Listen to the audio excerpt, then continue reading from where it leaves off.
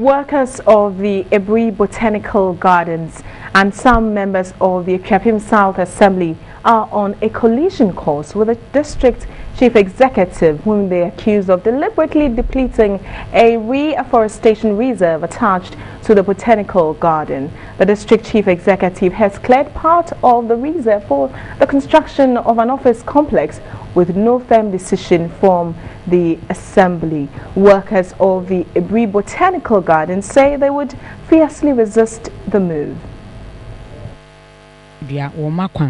We do not allow anyone to fell trees here, and when we insisted it should not be done, he threatened to lay us off. It is very, very, very painful.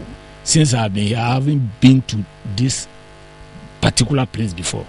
Now that I've been here, and what I've seen is, in fact, very, very, very bad. Some of the workers of the Ebri Botanical Gardens were visibly angry at the clearing of the space by the district chief executive for construction of offices.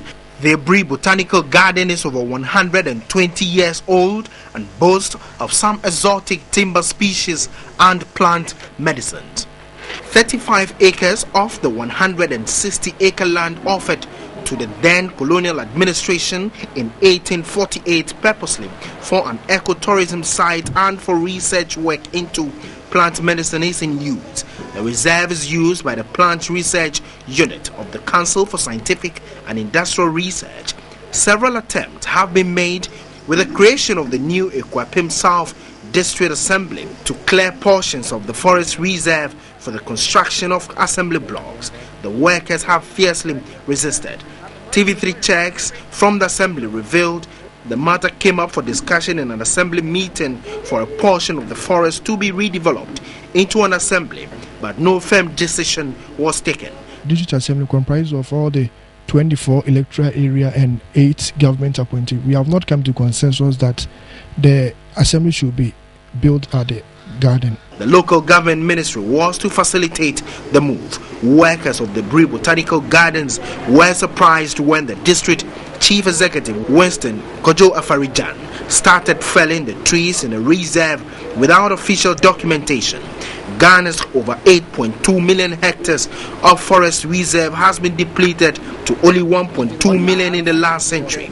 Such acts question sustainability of government efforts to protect remaining reserves and plants for promotion of herbal medicine as an alternative to orthodox medicine. The botanical garden has suffered serious neglect in recent time and becoming unattractive for tourists.